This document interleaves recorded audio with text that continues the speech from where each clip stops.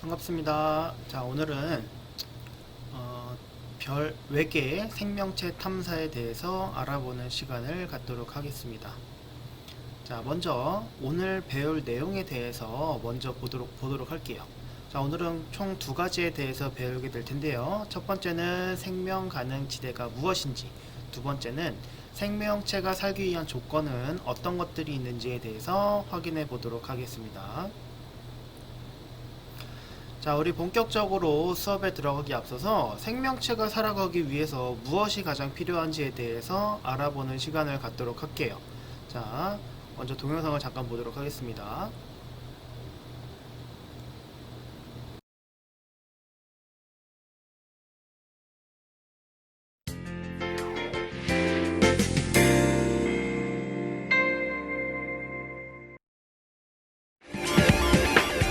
지구 밖 생명체를 찾기 위해선 지구를 잘 살펴봐야 합니다. 인간이 살 수 없는 환경에서도 생명은 존재합니다. 이 다양한 환경 속에서 생명체가 살아가는데 없어서는 안 될 것이 있습니다. 바로 액체 상태의 물입니다. Wherever on the earth there's water, there's life, and wherever there's life, there's water. So we suspect that this connection will be common in the universe. So the number one thing that we're looking for is a planet that could have liquid water on the surface. 이제 지구를 벗어나 태양계의 행성에서 생명체 존재 가능성을 찾아봅니다. 그 첫 번째는 화성입니다. 인간의 관점에서 볼 때 화성은 너무 춥고 건조해 생명체가 살아가기엔 적합하지 않습니다. 그러나 과학자들은 오랫동안 화성 생명체의 가능성을 포기하지 않았죠. 그리고 최근 화성 표면에 패인 길고 긴 홈을 발견했습니다.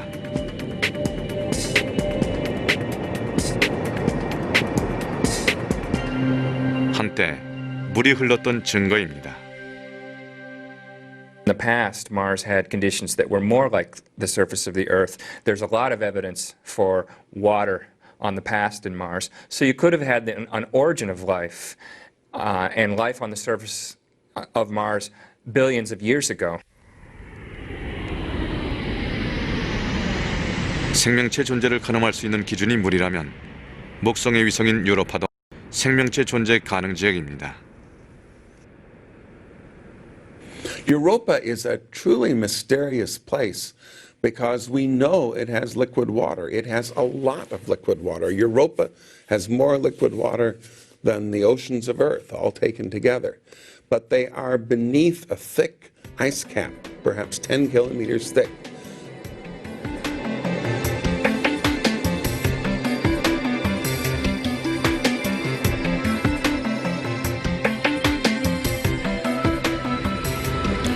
최근 유력한 생명체 가능 지역으로 떠오른 것은 토성의 위성 엔셀라두스입니다. 이 작은 위성엔 얼음, 열, 유기분자가 공존합니다. Very recently, we've discovered that there seems to be liquid water. There seems to be a heat source that we don't fully understand. Close to the surface of Enceladus in the interior, there is liquid water. 토성의 위성인 타이탄도 흥미롭습니다. 타이탄의 대기는 지구의 원시 대기와 거의 똑같고 바다와 호수도 존재합니다.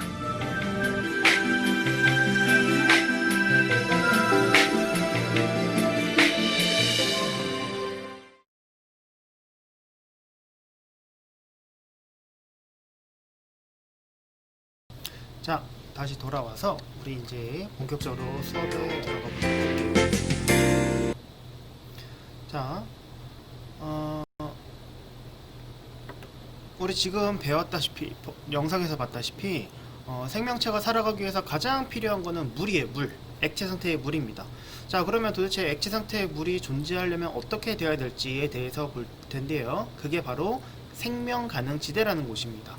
자, 생명 가능 지대가 무엇이냐? 액체 상태 물이 액체 상태로 존재할 수 있는 거리 범위예요. 즉, 자, 중심별이 여기 있으면 중심별로부터 거리가 멀어지면 멀어질수록 온도는 점점 낮아질 거예요. 그러다가 어느 정도의 범위가 되면요, 물이 0도에서 100도 사이, 즉 물이 액체 상태로 존재할 수 있는 거리 범위가 나타날 거예요. 자, 가까이 있을 때는 뜨거워서 물이 있다고 하더라도 기체 상태로 존재할 거고요. H2가 있다고 해도 기체 상태로 존재할 거고요.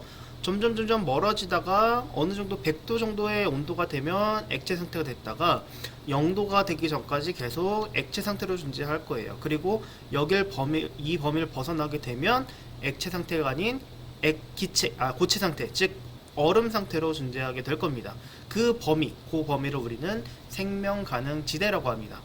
자, 이 생명 가능 지대는요, 중심별의 광도, 즉 빛의 세기에 따라서 바뀌게 되는데요. 중심별의 광도가 크면 클수록 내보내는 에너지가 세기 때문에 그 거리는 더 멀어지게 될 거예요. 또한 폭도, 이 생명 가능 지대의 폭도 점점 더 넓어지게 될 거예요. 그게 바로 생명 가능 지대고요. 이 생명 가능 지대는 중심별의 광도, 즉 질량과 비례합니다. 그래서 중심별의 광도가 커지면 커질수록 생명 가능 지대의 거리는 멀어지고 폭도 더 넓어지게 되는 겁니다. 이 태양계 같은 경우는요, 금성과 화성 사이에 위치하고 있고요. 그래서 지구가 액체 상태의 물이 존재할 수 있게 되는 겁니다.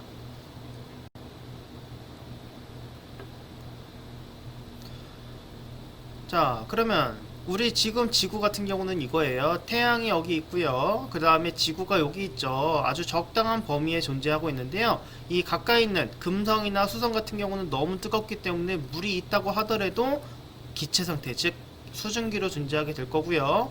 자, 화성부터 해서 그 밖에 있는 범위에 있는 행성들에는 물이 있다고 하더라도 고체 상태, 즉 얼음의 상태로 존재하게 될 겁니다.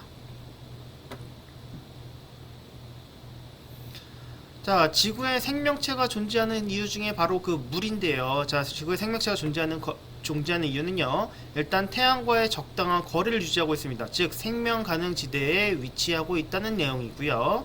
자, 그럼 도대체 물의 특성은 뭐가 있는데, 자, 이겁니다. 자, 물은요, 열 용량이 굉장히 커요. 무슨 말이냐, 열을 저장할 수 있는 능력이 굉장히 크기 때문에, 자, 여름철에 뜨거운 열을 저장해 놓습니다. 하지만 얘가 열을 받는다고 금방 뜨거워지는 게 아니고 서서히 천천히 뜨거워지는 거죠. 그래서 즉 열을 저장할 수 있는 능력이 큰 겁니다. 그래서 이렇게 저장해 놓은 열을요, 반대로 겨울이 되면 서서히 방출하게 되는 거죠. 그래서 1년의 온도 차이가 크지 않고 어느 정도의 범위로 유지될 수 있는 이러한 역할을 해주는 게 바로 첫 번째 물의 특성이고요. 두 번째 물의 특성은요, 아주 좋은 용매예요. 자, 여러분들이 예를 들어 봅시다. 여러분들이 너무 몸이 아파서 아무것도 못 먹고 있어요. 그럴 때 우리는 뭘 맞죠? 영양제를 맞죠. 영양제는 우리 몸에 아주 그러니까 좋은 용매가 되는데요. 우리에게 필요한 영양제를 넣어주는 거예요. 그런데 이 영양제 같은 경우는요, 결국은 물에 녹이는 거예요. 물에 녹여서 우리 몸으로 들어가게 해주는 좋은 용매 역할을 하는 거죠. 그래서 이러한 것도 마찬가지 물의 특성 중에 하나가 되겠습니다. 자, 그리고 지구에서 생명체가 살기 위해 또 하나의 조건은요, 바로 이 적당한 대기층인데요. 적당한 대기층이 있는데요. 이 적당한 대기층에서 일단 첫 번째 오존층을 들 수가 있어요. 이 오존층에서 일어나는 일을 선생님 밑에 간단하게 써놨는데요. 자, O2가 즉 산소 분자가 자외선을 받으면서 산소 원자와 산소 원자로 나눠지게 됩니다. 그리고 나서 이 산소 원자가 다른 산소 분자와 결합해서 이땐 촉매가 작용을 하게 되는데요. 이때 이 오존을 만들어냅니다. 그래서 이 유해한 자외선을 여기서 먹으면서 이 UV가 차단하면서 이 유해한 자외선을 차단시켜주는 역할을 하게 되는 겁니다. 또 하나의 대기 역할은 뭐냐? 자, 적당한 대기가 있기 때문에 이 대기에서요, 지구에서 바깥으로 방출되는 이 지구 복사 에너지를 차단해줘요. 그래서 아주 좋은 온실 효과를 기대할 수 있는 거죠. 이 온실 효과를 인해서 우리 지구가 일정한 온도를 유지할 수 있는 겁니다.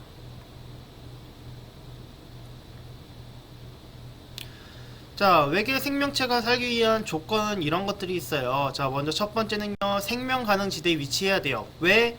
물이 있어야 되니까요. 물이 있어야지 생명체가 살기 때문에 생명 가능 지대에 위치해야 된다는 조건이 있고요. 두 번째는요, 적당량의 대기와 성분의 적당량과 성분의 대기가 있어야 됩니다.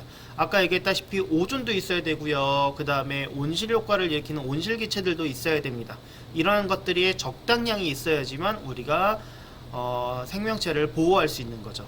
자, 세 번째는 자기장인데요. 여기 태양풍 차단이라고 되어 있습니다. 자, 뭐냐 하면 이 그림을 좀 보면서 설명할게요. 자, 태양 같은 경우는 에너지가 너무 세기 때문에 에너지가 센 입자들이 막 옵니다. 걔네들이 지구에 그냥 도달하게 되면요, 우리는 살 수가 없어요. 바로 살이 다 타버릴 거예요. 그냥 꺼먹기 타는 게 아니고 아예 그냥 불타듯이 타버릴 거예요. 자, 그런데 얘를 차단해 주는 게 바로 이 지구의 자기장이에요. 지구의 자기장이요, 얘네들 오는 것을 막아주고 있습니다. 자, 그 다음에 적당한 주계열성인 중심별의 질량이 필요한데요. 자, 무슨 말이냐면요. 자, 중심별이 주계열성이 있긴 있지만 중심별의 질량이 너무 크게 되면요, 수명이 너무 짧아서 생명체가 진화하는데 충분한 시간을 갖지 못해요. 자, 생명체가 처음 태어나서 지금 현재까지 우리 사람이 태어날 때까지 약 25억 년 정도가 걸렸어요. 그런데 자, 중심별이 25억 년도 되기 전에 벌써 없어진다 라고 가정을 해봅시다. 그러면 우리 사람은 태어나기도 전에 벌써 죽어버리겠죠. 자, 그런 식입니다. 그래서 중심별이 질량이 크면 클수록 수명이 짧아요. 우리 지난 시간에도 얘기했지만 별이라는 거는요, 굵고 짧게 살고 가늘고 길게 산다 그랬어요. 그래서 굵고 짧게 너무 빨리 죽어버리면 생명체가 진화하기에 시간이 충분하지 않겠죠. 두 번째는요, 바로 질량이 너무 작은 경우도 생명체가 살아갈 수가 없습니다. 자, 일단은 중심별의 질량이 너무 작은 경우 생명 가능성의 폭이 너무 좁아요. 그래서 일단 확률 자체가 떨어지겠죠. 자, 두 번째는요, 중심별과 너무 가까우면 동주기 자전을 하게 되는데, 동주기 자전이 뭐냐? 요런 겁니다. 중심별이 있고 우리 지구는 여기서 이렇게 자전을 하면서 공전을 이렇게 하고 있는 거예요. 자, 그런데 자, 중심별에 너무 가까운 경우는 이 중심별의 질량이 너무 크기 때문에 중력에 잡혀서 얘가 이렇게 자전할 수가 없어요. 즉, 이 상태에서 그대로 같은 면만 바라보면서 돌아가게 됩니다. 자, 이렇게 되면 어떤 일이 일어나냐? 자, 태양을 바라보는 태양빛을 받는 이쪽은 너무 뜨거워지고요. 반대로 이 뒤쪽은 너무 추워지기 때문에 사람이 살아갈 수가 없는 겁니다. 그게 바로 이 내용이에요. 자, 그래서 낮은 지역은 온도가 너무 높고요. 밤의 지역은 온도가 너무 낮기 때문에 생명체가 살아갈 수가 없는 겁니다. 자, 이렇게 해서 우리가 오늘 배울 내용은 다 끝났고요. 마지막으로 영상을 몇 개만 보고 마치도록 하겠습니다. 자, 첫 번째 영상은요, 외계 생명체 탐사를 하는, 왜 외계 생명체를 탐사해야 되는지 보도록 할게요.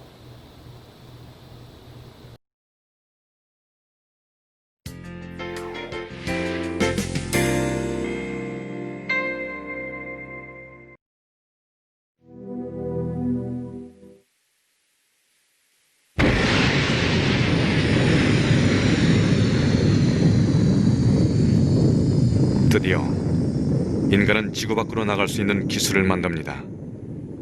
우주 공간에서 지구를 처음 목격한 건 불과 46년 전의 일입니다.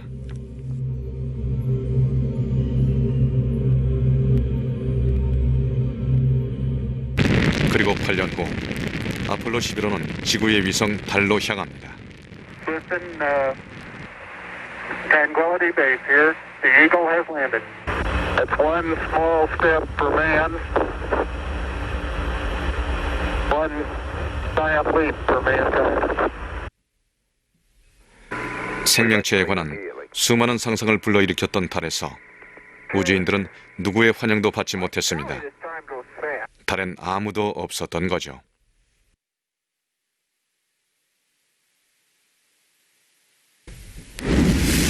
지구가 아닌 곳에 인간이 남긴 최초의 발자국. 그것은 최초이자 마지막 발자국이 되었습니다. 달 착륙 이후 38년이 지났지만 인간이 직접 방문한 곳은 달을 제외하고는 아직 한 군데도 없습니다. 그만큼 우주로의 여정은 아직 까마득하기만 한 거죠. We're human. We've had the kind of technology that might work for interstellar communication for 100 years. And our universe is 13.7 billion years old. So when we humans, with our primitive technology, take on this enormous search, looking through the cosmos for other technologies, we also do that with the knowledge that it may take time long compared to a human lifetime, but time well spent for a species trying to understand its place in the universe. 지구의 과학자들은 외계 생명체를 찾는 궁극적인 이유가 인간 자신을 잘 알기 위해서라고 말합니다.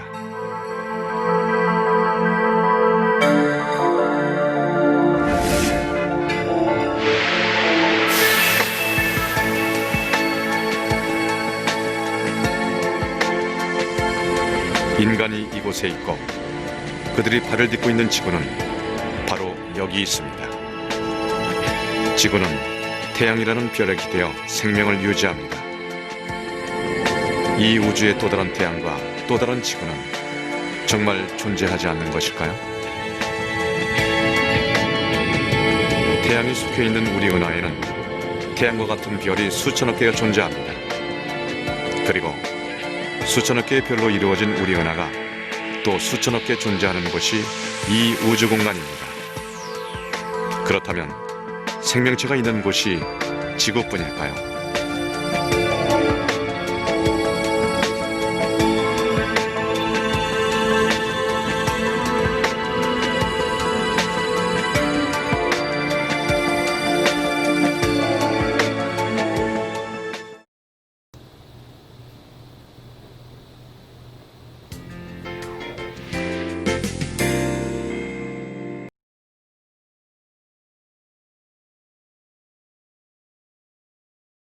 자, 다시 돌아와서 우리 그 다음 영상을 좀 볼 텐데요. 보기 전에 선생님하고 간단하게 좀 볼게요. 우리가 외계 생명체에 메시지를 계속 보내고 있어요. 자, 지금 현재도 보내고 있고요. 그리고 과거에도 보냈습니다. 자, 오늘은 요거는 과거에 보낸 걸 좀 볼 텐데요. 보이저고라는 인공위성을 통해서 우리가 지금으로부터 약 30년 전에 보이저고라는 인공위성을 쏘아 올렸어요. 걔는요, 지금 현재 태양계를 다 조사를 끝내고 태양계 밖으로 벗어났습니다. 그리고 지금 계속 가고 있는데요. 그 보이저고에 어떤 것들이 실려 있는지 자, 한번 보도록 하겠습니다.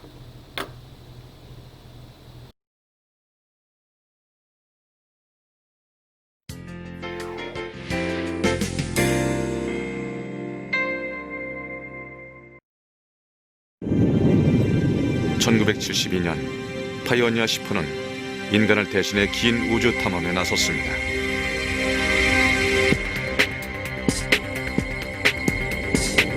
이제는 태양계 밖으로 벗어나 지구와의 연락이 끊겨가고 있는 이 탐사선엔 의미심장한 그림 한 장이 실려 있습니다.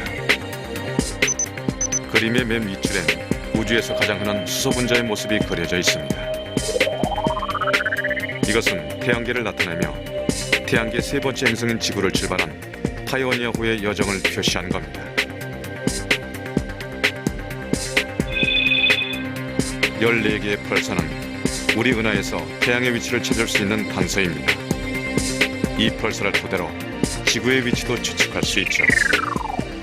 그리고 파이오니아호의 모습, 마지막에 그려 넣어진 건 남자와 여자, 인간의 모습입니다. 남자는 인사를 하려는 듯 오른손을 들고 있고요.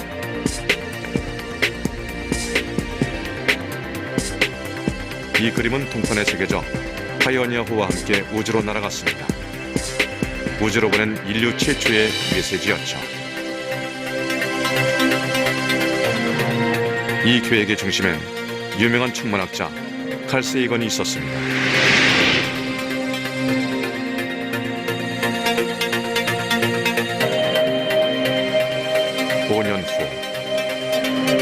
과학자들은 그림뿐만 아니라 지구의 다양한 풍경이 찍힌 사진까지 준비했습니다. 지구에 관한 정보는 5년 전보다 훨씬 진화된 저장 장치인 레코드판에 실렸습니다. 그리고 여행자라는 뜻의 보이저호에 실려 또 한 번 우주로 날아갔죠. 만약 누군가 레코드판을 재생한다면 그는 따뜻한 지구의 소리를 들을 수 있을 겁니다. Adanesh Lushulmo. Namaskar. Bishe Shanti Hok. 各位好嘛？ Hello from the children of planet Earth. Herzliche Grüße an alle. Shalom. 안녕하세요. Odigiano. Здравствуйте, приветствую вас. Bonjour tout le monde. Konnichiwa, お元気ですか? Hola y saludos a todos.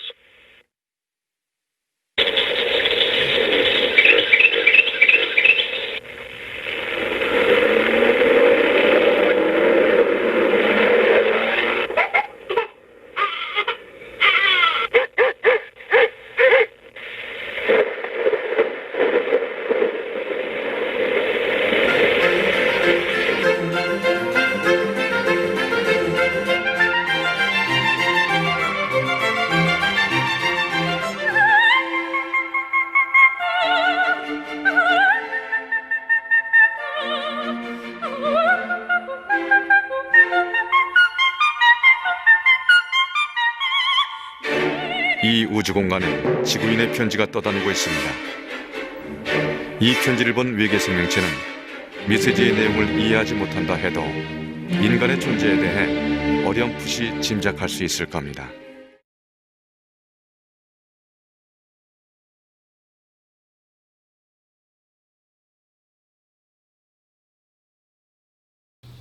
자, 이제 마지막 영상인데요. 자, 아까 영상 볼 때 여러분들 인사말 중에 한국말 들었어요? 자, 우리나라 말도 들어가 있습니다. 자, 이제 마지막 영상인데요. 세티라고 해서 외계로 우리가 전파를 계속 발사하고 있어요. 외계인들이 듣고 다시 회신을 하도록 좀 하기 위해서 노력을 하고 있는데요. 자, 이런 식으로 세티라는 프로젝트가 있는데 이 세티 프로젝트에 대해서 알아보고요. 여러분들 한번 일단 영상을 보고 나서 쭉 얘기를 해보도록 하겠습니다.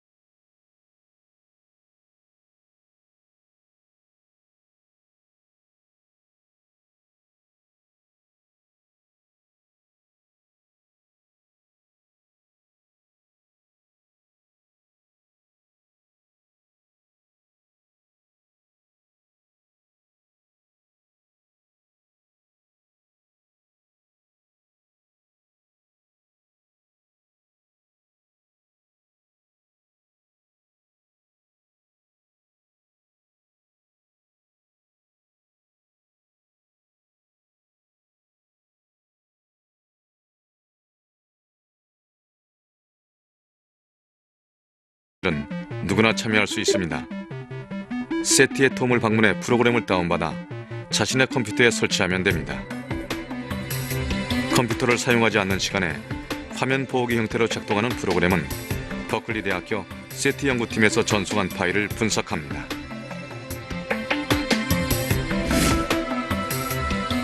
이제 먼 우주의 신비를 밝히는 것은 과학자들만의 몫은 아닙니다. 지금 전 세계 500만 명이 외계 지성체를 찾는 일에 동참하고 있고 추적을 위해 1초에 200조 회가 넘는 계산이 수행됩니다. 그 결과 외계 지성체를 찾을 수 있는 가능성은 점점 높아지고 있습니다. So far we have about 1 billion signals in our database, but a few hundred of them are the most interesting ones. Those are the ones that we're following up on now.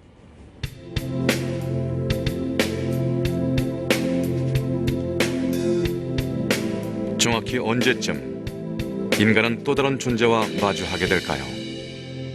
I don't know whether we will succeed or how long it might take, but there's something very wise that has been said about that, and that was the last sentence of the very first scientific paper on the subject of SETI was published in the journal Nature by Philip Morrison and Giuseppe Cocconi. And what they said was the probability of success is difficult to estimate. But if we never search, the chance of success is 0.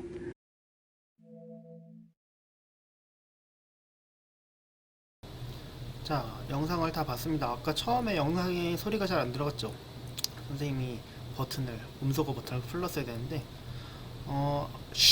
이런 소리가 났어요.